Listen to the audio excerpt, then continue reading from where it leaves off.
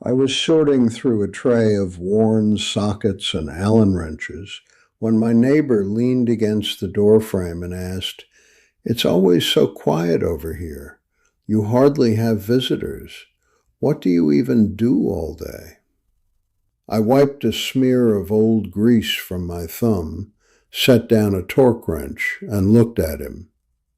I didn't feel the need to defend myself. I just nodded toward the workbench and said, "I'm tuning." Most people hear that word and picture a mechanic hunched over an open hood, listening to a sputtering V6, chasing a misfire with a stethoscope and a diagnostic scanner. They picture urgency. They picture noise. But real tuning doesn't happen when an engine is screaming at full throttle. It happens when it's brought down to its natural rhythm. You shut off the accessories. You let it idle. You listen past the exhaust note to the underlying harmonics.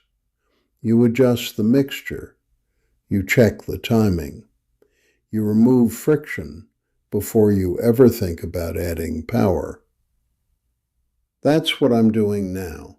Not fixing what's broken, refining what's already running. For 42 years, my life operated on a different principle. I worked out of a bay that smelled of brake fluid and ozone. The fluorescent lights hummed. Phones rang off the wall. Customers wanted everything faster, cheaper, louder. I spent decades translating panic into work orders. I learned how to read a driver's face the moment they pulled in. The white-knuckle grip on the steering wheel, the frantic tapping on the dashboard, the way they apologized for a knocking sound they'd ignored for 3 months. I knew how to pull a transmission, how to machine a cylinder head, how to balance a drive shaft until the vibration disappeared at 70 miles per hour.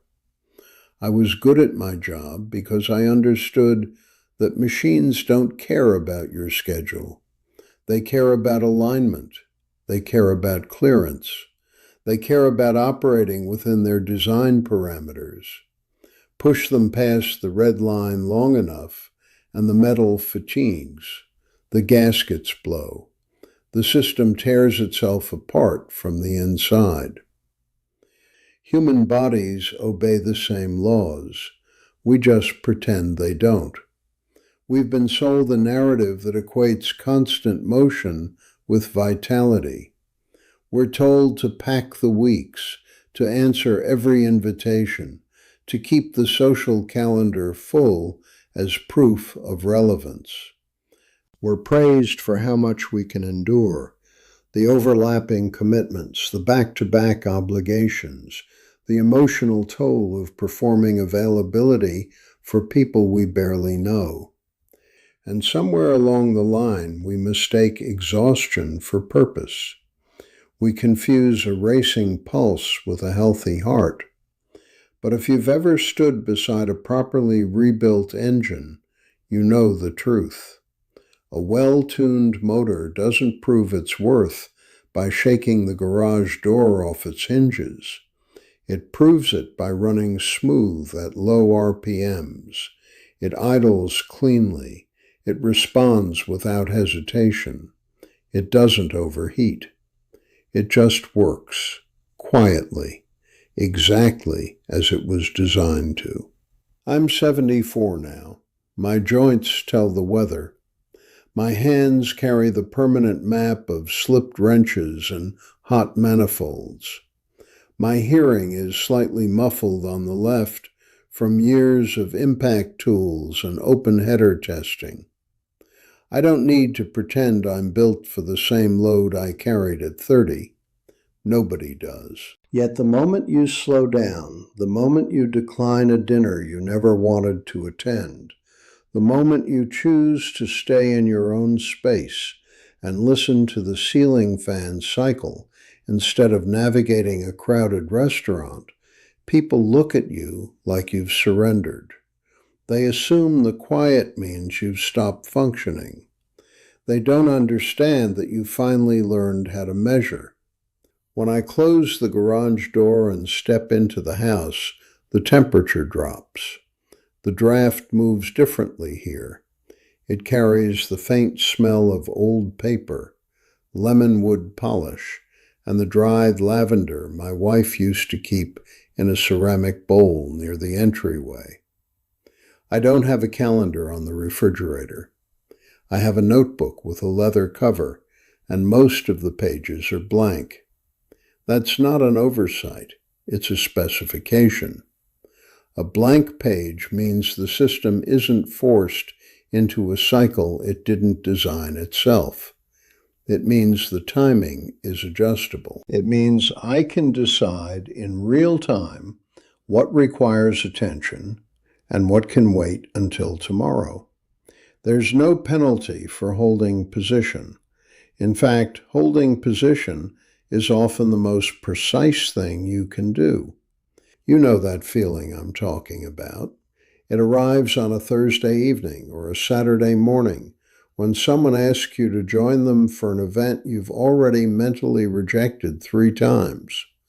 You feel the weight of it in your chest, not because you're antisocial, not because you've lost your spark, but because your internal timing has shifted.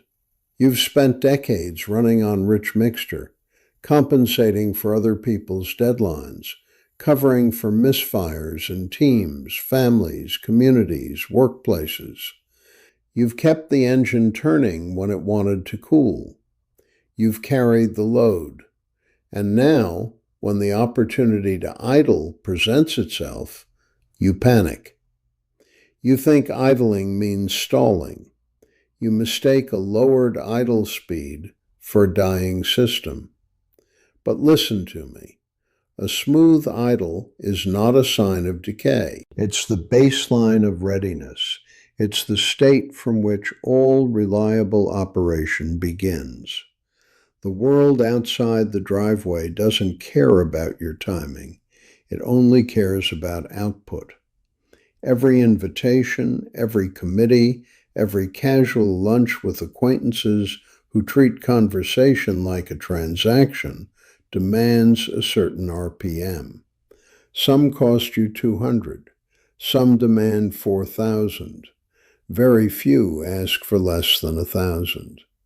And when you're running on finite compression, when your valve lash has tightened, when the oil film is thinner than it used to be, those high RPM demands don't build character.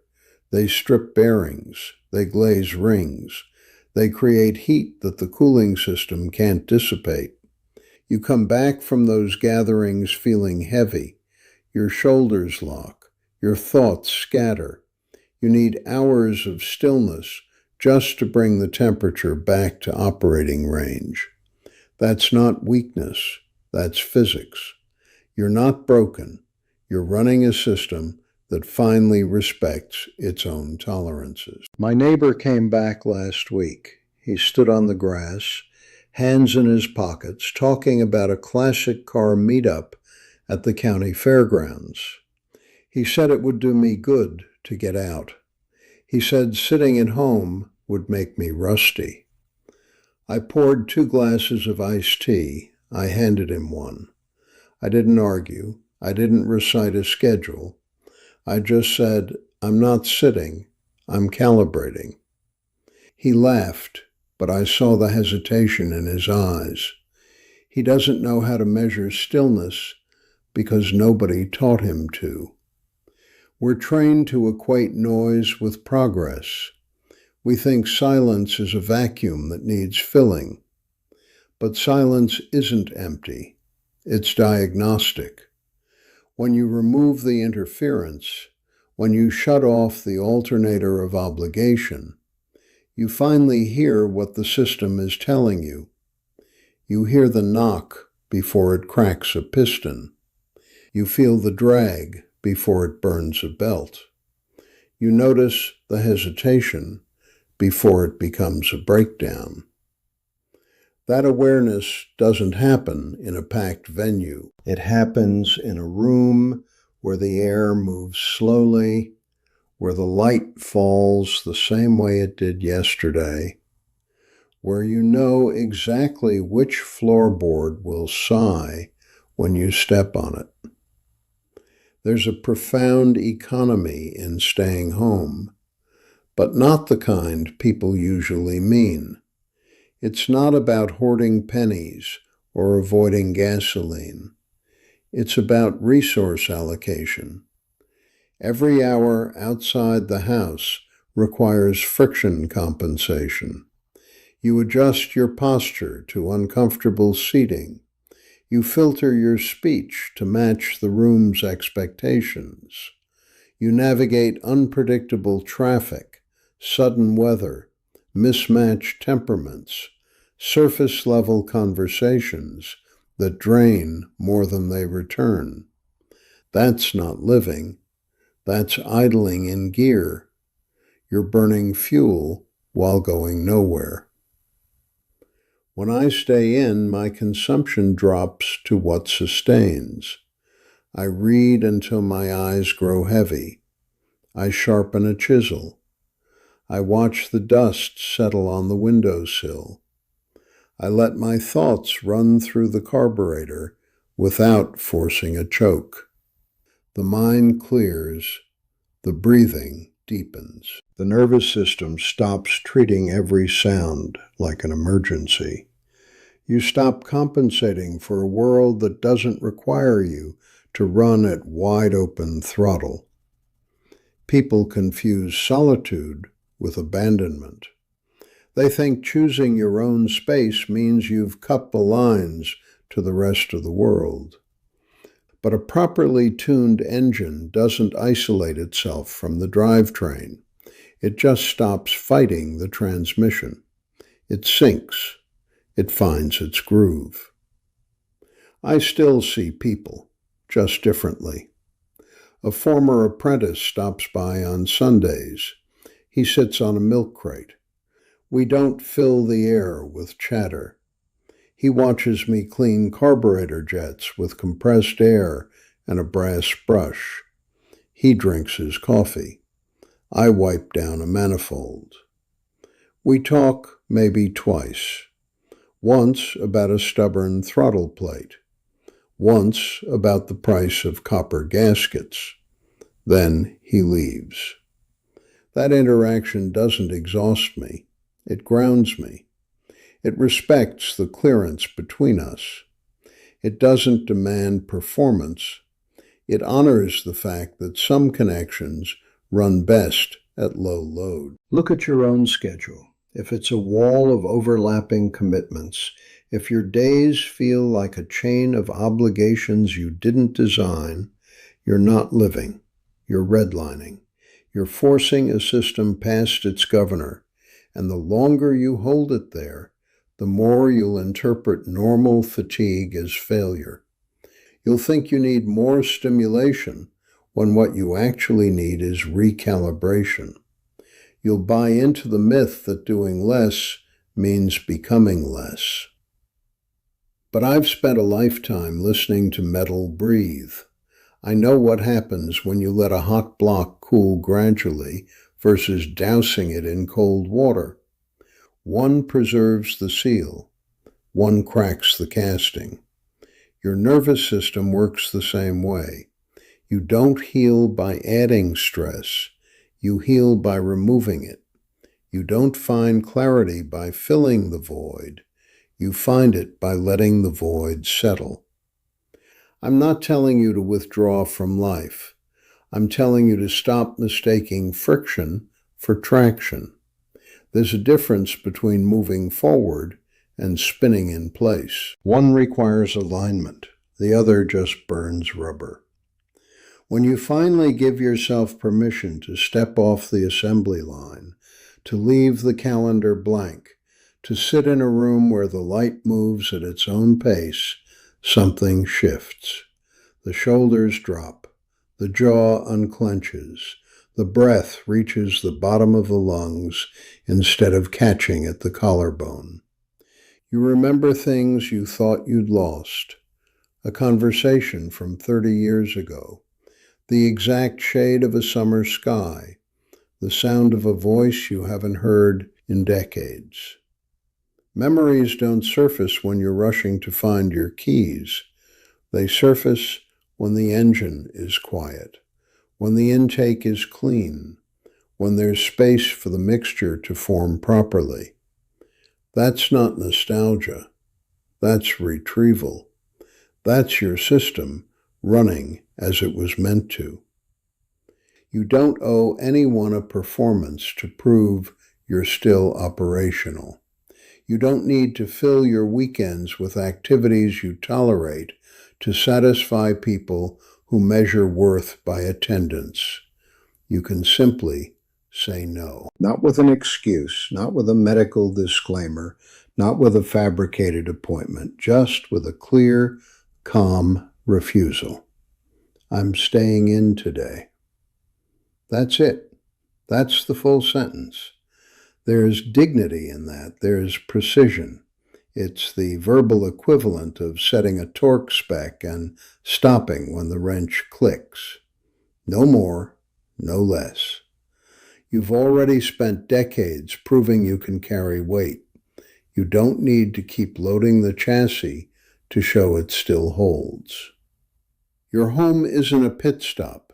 It isn't a temporary shelter between obligations. It's the primary housing for your calibrated life. Everything inside it aligns to your tolerances. The chair supports the exact curve of your spine. The light falls where it doesn't strain your eyes. The temperature matches what your joints require. The silence doesn't demand explanation. It just operates. That's not stagnation. That's specification. You built it through years of labor, compromise, early mornings, late nights, missed vacations, covered shifts, paid dues. You earned the right to let it run on its own timing.